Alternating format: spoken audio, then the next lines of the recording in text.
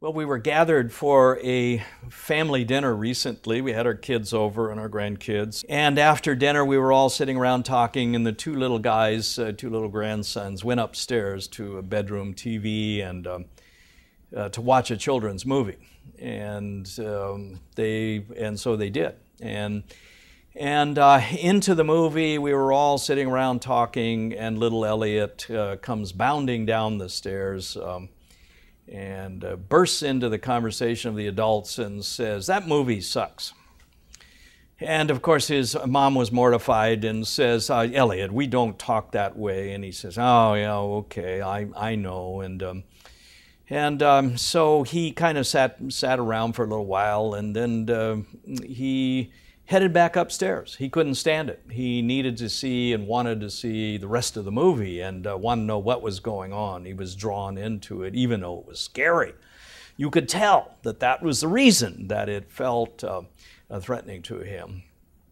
And so 10 minutes later, we're all sitting around talking, and Elliot comes running down the stairs again, bursts into the room, and he says, "That movie just got suckier and suckier all the time." And his mom, of course, responded and said, "Elliot, please don't use that language." And he said, "Oh, okay." And then he burst out and he said, "Why did they invent bad guys?"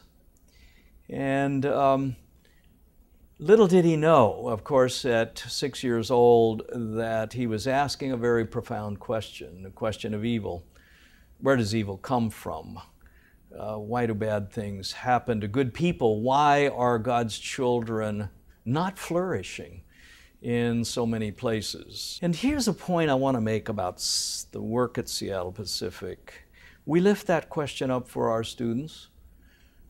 We must enter into the realities of life and the world around us. We must recognize that evil things go on in the world. We must try to ask the question and give answers to the question, why human nature is this way. And yet we frame that question in the context of an answer that is the answer of the Christian story we embrace in this place, and that is that in the end, this is the theological point, in the end, God will make all things right. That's our promise. That's the promise of the Christian story. That's the promise of the Scriptures from way, way back. In the end, God will make all things right. And in the theological point, my point here is that because we are promised that God will make all things in the end, we work back in our lives, back to what we are doing day in and day out to try to make things better, to make the world a better place.